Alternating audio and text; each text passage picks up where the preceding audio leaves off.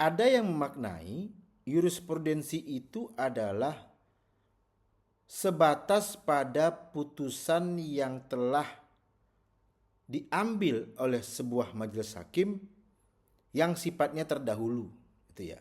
Jadi ketika kita menangani sebuah perkara atau memeriksa sebuah perkara gitu ya, lalu ada putusan yang sudah pernah ada terkait dengan perkara yang serupa, apakah lantas itu menjadi jurisprudensi?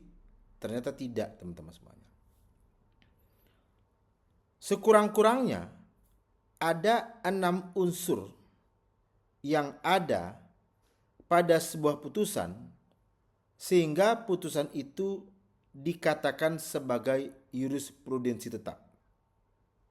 Saya ulang ya, suatu putusan dikatakan sebagai jurisprudensi tetap apabila sekurang-kurangnya memiliki 6 unsur, yaitu 1.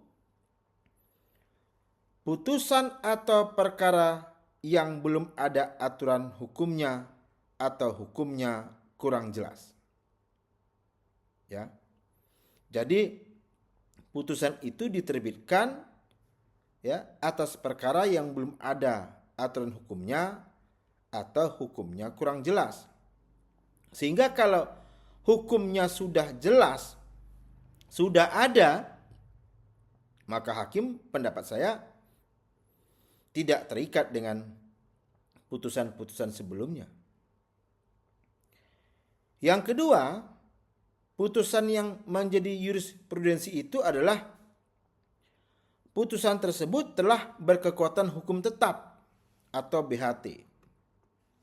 Tidak bisa putusan yang masih sedang banding atau kasasi dianggap sebagai sebuah jurisprudensi.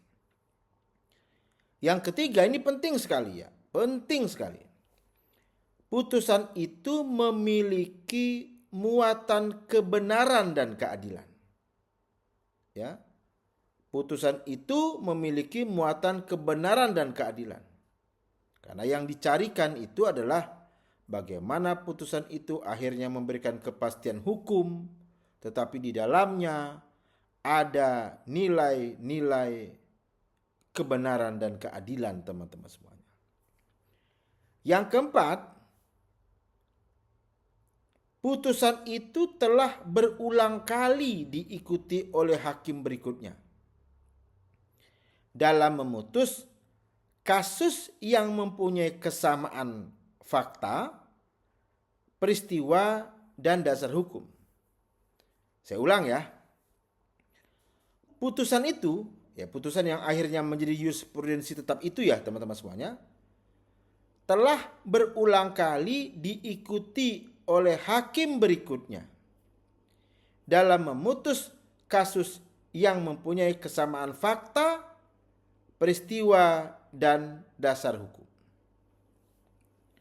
Yang kelima,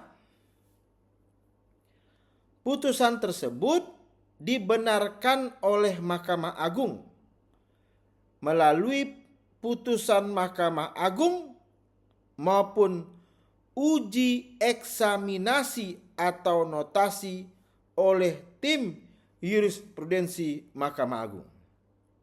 Ya, jadi kehadirannya, keberadaannya sebagai sebuah jurisprudensi itu sudah dibenarkan oleh Mahkamah Agung. Melalui apa? Putusan Mahkamah Agung. Jadi terlihat ada setelah putusan itu hadir, lalu ternyata putusan itu selalu saja dijadikan dasar oleh putusan-putusan berikutnya, teman-teman semuanya. Ya. Di tingkatan Mahkamah Agung ternyata ya putusan yang tadi kita katakan sebagai jurisprudensi dikutip, dijadikan dasar. Berulang-ulang, teman-teman semuanya. Maka itu merupakan ya bagi saya pembenaran, teman-teman semuanya itu ya. Atau uji eksaminasi atau notasi oleh tim jurisprudensi Mahkamah Agung. Dan yang keenam adalah putusan telah direkomendasikan sebagai putusan yang berkualifikasi jurisprudensi tetap, teman-teman semuanya.